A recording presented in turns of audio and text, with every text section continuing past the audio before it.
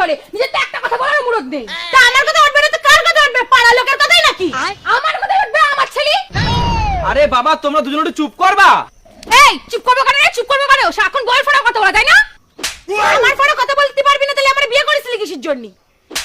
ওরে বলি রে, ও যখন কিছুই করতে পারবি না তাহলে ও বিয়ে করছে কিসের জন্য? কেন তুই তোর মারে বলিসনি আমি তোর সাথে বিয়ে করতে যাইনি, তুই আগে আমার সাথে প্রেম করতে আইছিলি? শোন, তোর বাবারে বলি বাপের বাড়িতে রান্না বান্না শিখে আসতি, ঠিক আছে? এই বাড়িতে এসে কিছু করতে পারে না।